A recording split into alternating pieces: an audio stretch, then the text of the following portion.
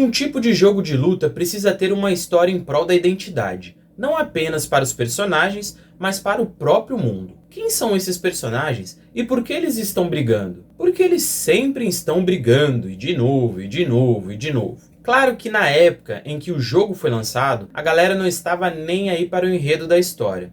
Mas à medida que os anos foram passando, as curiosidades sobre o motivo de cada personagem ali foi crescendo. Ainda mais com o lançamento do filme, que na época era maneiro, vai. Mesmo assim, tem muitas coisas que geral não sabe sobre as tentativas de Raiden em proteger o Reino da Terra de ser dominado. Pois a partir desse grupo de vídeos, você saberá tudo sobre a história de Mortal Kombat.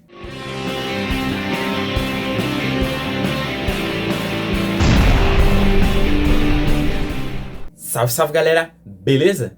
Eu sou o Junior Stakes e hoje abrimos o livro antigo e revelamos toda a história dos confrontos entre os reinos que compõem o universo de Mortal Kombat. Clique no like, outro no inscreva-se e vamos participar dessa maluquice de fatalities, brutalities, bichinhos coloridos e fofinhos. Tá, há uma razão pela qual a história de Mortal Kombat foi contada de diferentes formas. Houve vários jogos de luta e atualizações que fazem parte do cânone, e alguns jogos paralelos, como Mortal Kombat vs DC Comics ou Injustice, Mortal Kombat Shaolin, não são canônicos. Com os videogames avançando, o mesmo ocorre com a narrativa. Costumava-se obter apenas um texto de perfil, texto final e algumas imagens legais. Agora temos os modos de história cinematograficamente completos. Então aqui está uma olhada na história canônica de Mortal Kombat, o Kombat Multiverso. No multiverso do Mortal Kombat existem diferentes dimensões, ou reinos. Eles são como terras alternativas, mas sem o artifício paralelo do universo. Eles são basicamente diferentes planetas. Você tem o Earthenhal, que é o nosso mundo, o Reino da Terra. Edenia é uma espécie de mundo feliz de contos de fadas, feito de magia e beleza. O Outworld é um mundo bárbaro, onde a violência e os monstros correm desenfreados. Netherrealm é o próprio inferno. Seido é o reino da ordem, embora um grande extremo. Do outro lado da moeda está o Chaos Realm, onde a anarquia é o modo de vida. Então você tem um monte de mundos aleatórios, como o mundo dos répteis, o mundo dos vampiros, o mundo dos insetos e assim por diante. Esses reinos são vistos por deuses em sua maior parte. Você tem seus deuses reguláveis, que tendem a se intrometer nos assuntos dos homens em sentido limitado, e os deuses anciões, que são o mais alto na escala de poder e por fim não fazem muito. Eles raramente interferem, mesmo quando realmente deveriam. Os reinos são capazes de conquistar e realmente absorver, tornando uma espécie de paisagem confusa no processo uns aos outros.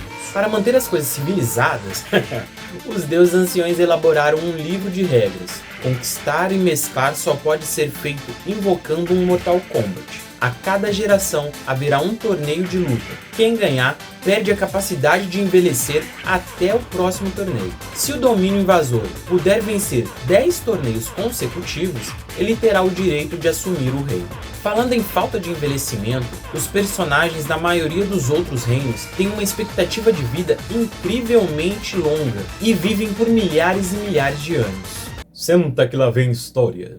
Muitos anos atrás, no Reino da Terra, o deus ancião Shinnok enlouqueceu com o poder. Ele se opôs aos seus irmãos e decidiu que queria que os habitantes da Terra o adorassem e somente ele. Embora mais baixo no totem divino, Raiden foi capaz de derrotá-lo e selá-lo no Netherrealm. Shinnok fez amizade com um misterioso feiticeiro errante, Quan Chi, e os dois derrubaram o reino maldito e assumiram o controle. Shinnok passou anos sem fim esperando seu tempo para que ele pudesse voltar e se vingar. Além disso, a Batalha dos Deuses foi tão severa que destruiu o planeta e causou fendas na realidade.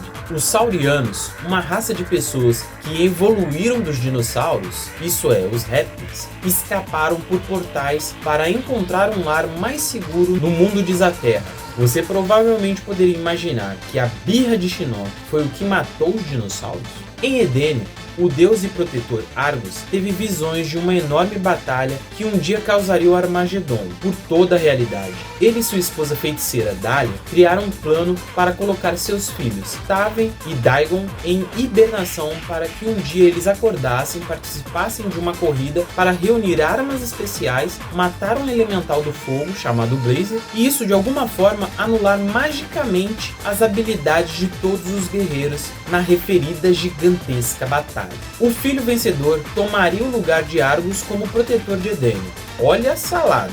Por um bom tempo, Outworld foi governado por um ser conhecido como Onaga, o Rei Dragão. Não apenas seu poder era incomparável, mas ele comandava um exército imparável de guerreiros. Seu conselheiro de confiança, Shao Kahn, o traiu por envenenamento e assumiu seu posto. O exército de Onaga se mumificou para que pudessem se reunir com Onaga após sua ressurreição. Shao Kahn trabalhou conquistando tantos reinos quanto possível, incluindo a Terra. Mais de uma vez, seus campeões venceram Mortal Kombat e inúmeras realidades foram fundidas às dele. Isso incluiu Edenia. Kahn assassinou seu rei dessa geração, Gerald, e tornou sua rainha e sua filha como sua. A rainha Sindel tirou a própria vida, em vez de estar com Kahn. Kahn decidiu criar a criança Kitana e a treinou para ser a melhor assassina. Mas não muitos anos atrás. O reinado de terror de Shao Kahn o viu conquistar o povo guerreiro conhecido como Oztec. Embora o rei Kotal Kahn tenha se rendido a Shao Kahn, ele secretamente enviou seu filho para fazer uma caminhada pela terra. Foi lá que o filho de Kotal tropeçou na civilização maia e se tornou um deus para eles. Eles o adoraram como Bulak, o deus da guerra e do sacrifício. E eventualmente seu povo morreu e ele voltou para Outworld. Para ajudar a impedir que Outworld dominasse a Terra, Raiden iniciou uma seita de monges Shaolin chamada Sociedade do Lótus Branco, baseada especificamente no treinamento de guerreiros para lutar pela Terra em Mortal Kombat. O maior guerreiro foi o Grande Kung Lao, que derrotou o feiticeiro de Shao Kahn, o seu subordinado Shang Tsung. Seus dias como campeão acabaram nas mãos de Goro, o meio dragão de 4 braços. Goro dominou o torneio por séculos. Havia um guerreiro nos anos de 1800 que Shang Tsung considerava uma ameaça. Portanto, antes do torneio, ele contratou um mercenário de pistoleiros do Velho Oeste, Aaron Black, para assassiná-lo. Como pagamento, Black recebeu o segredo da vida longa, tornando-se praticamente imortal. Em algum momento, ao longo dos anos, Daigon acordou prematuramente de seu sono. Entre estar no estado de espírito errado, desde o rude despertar, bem como os truques de Shinnok, Daigon atacou e matou seus pais. Ele então começou a organização criminosa conhecida como Dragão Vermelho. Mais tarde, o Dragão Vermelho se dividiu em um ramo rival chamado Dragão Negro. A partir daqui, as histórias já fazem parte dos jogos lançados, e não apenas dos contos de prévia. Jax vs o Dragão Negro, Mortal Kombat Forças Especiais. Aqui temos uma confusão. O jogo segue fatos que acontecem antes de Mortal Kombat 1, e são canônicos para a história, mas não são canônicos para a linha do tempo. Júnior, como assim? A história aqui se passa antes do primeiro Mortal. Beleza. Só que um grande erro é que Jax, protagonista aqui, está com os braços biônicos, sendo que ele ainda não deveria ter isso na época, sem contar outros erros. O líder do Dragão Negro, Kano, libertou seus subordinados da prisão e foi roubar um artefato chamado Olho de Qin Chang. O soldado das Forças Especiais, Jackson Briggs, foi atrás deles. Jax trouxe todos de volta à justiça, em uma aventura que terminou com ele entrando brevemente em Outworld. Basicamente, só liga uns pontos aqui e ali. Não é à toa que o jogo é o de menor sucesso da franquia. Redenção de Sub-Zero. Mitologias de Mortal Kombat Sub-Zero. Quan Chi tinha um plano para libertar Shinnok de seu inferno, rastreando seu amuleto mágico. Ele contatou 2 grupos de assassinos ninjas, Lin Kuei e Shirai Ryu, para caçar um mapa. Os representantes, Sub-Zero, nome real Bi-Han, e Scorpion, Hanzo Hasashi, acabaram brigando pelo mapa e Sub-Zero venceu a luta. Escolheu matar desnecessariamente seu rival. Quan Chi pagou a Lin Kuei, matando a família do clã de Scorpion. Sub-Zero foi encarregado de rastrear o amuleto. Ele fez isso e Quan Chi levou-o para o inferno. Raiden apareceu para ele e avisou o que ia acontecer. Com o destino da Terra em jogo, Sub-Zero entrou no inferno e lutou contra as forças de Shinnok. Isso incluiu vários monstros, uma reencarnação demoníaca de Scorpion, o trio de assassinas de Quan Chi, um dos quais Sarena, ao lado de Sub-Zero, e o próprio Quan Chi. Sub-Zero roubou o amuleto de Shinnok e escapou de volta à Terra, antes que Shinnok pudesse se vingar. Sub-Zero percebeu que ele foi autorizado a entrar no inferno porque ele era mau. Raiden disse a ele que ele ainda poderia mudar seus caminhos e salvar sua alma, mas Sub-Zero escolheu a lealdade acima de tudo. Em sua próxima missão, agora por Shang Tsung, Sub-Zero foi enviado para participar do Mortal Kombat. Torneio da Ilha de Shang Tsung, Mortal Kombat 1. Shao Kahn enviou seu feiticeiro Shang Tsung para idealizar o torneio sagrado para conquistar a Terra. Raiden convocou os melhores guerreiros da Terra para a Sociedade do Lótus Branco,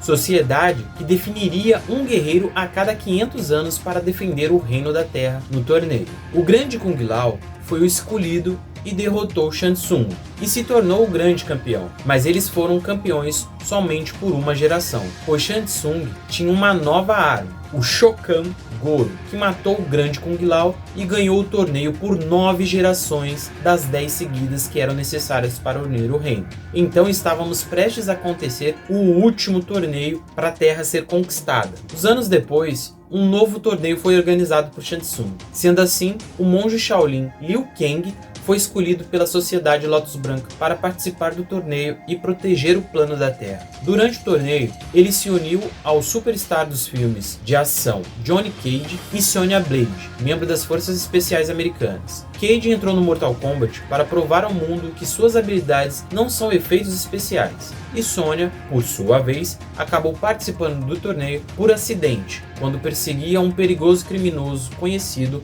como Kano. Sub-Zero também participará do torneio sob ordens secretas de matar Shang Tsung. Após muitos duelos e mortes, chegou a hora da grande final. Liu Kang era o único guerreiro da Terra que restava. Ele lutou e venceu o Príncipe Goro, o mesmo que matou o grande Kung Lao. Sendo assim, foi a grande final onde lutou e derrotou Shang Tsung e tornou-se o campeão, ganhando a liberdade do seu reino. Enquanto a ilha de Shang Tsung era destruída, Sub-Zero é confrontado por Scorpion, agora um espectro do inferno. Em busca de sua vingança, Scorpion consegue matar Sub-Zero. O jogo conta com modo arcade e versus onde 2 jogadores se enfrentam ou contra a máquina. Os jogáveis: Johnny Cage, estrela de cinema de Hollywood que entrou no torneio Mortal Kombat; Liu Kang, guerreiro Shaolin que se tornou campeão do torneio; Sub-Zero, Bi-Han, um misterioso ninja do clã Lin Kuei que tem a missão de matar Shang Tsung; Scorpion, ninja espectro do inferno que volta para sua vingança; Raiden, o deus do trovão que veio para competir no torneio; Sonya Blade, tenente das forças especiais que tem a missão de prender Kanon;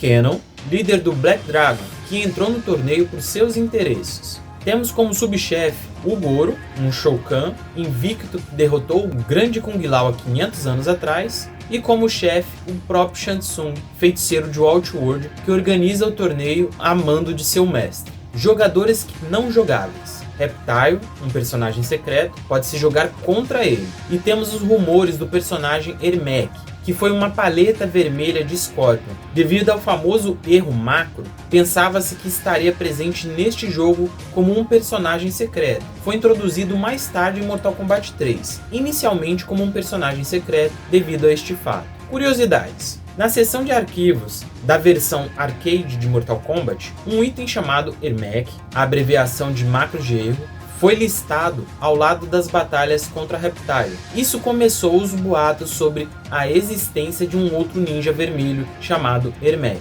O boato se espalhou quando uma revista publicou imagens reais do lutador, apesar de ter sido declarado mais tarde que era um trote. Devido aos rumores de sua falha, a Midway acabou por incluir um ninja vermelho chamado Ermac como personagem, aparecendo posteriormente em outros jogos do Mortal Kombat, estreando em Mortal Kombat 3. Mortal Kombat conta com 7 personagens, apenas os que fizeram de maior sucesso até os dias de hoje, entre os fãs e os demais públicos.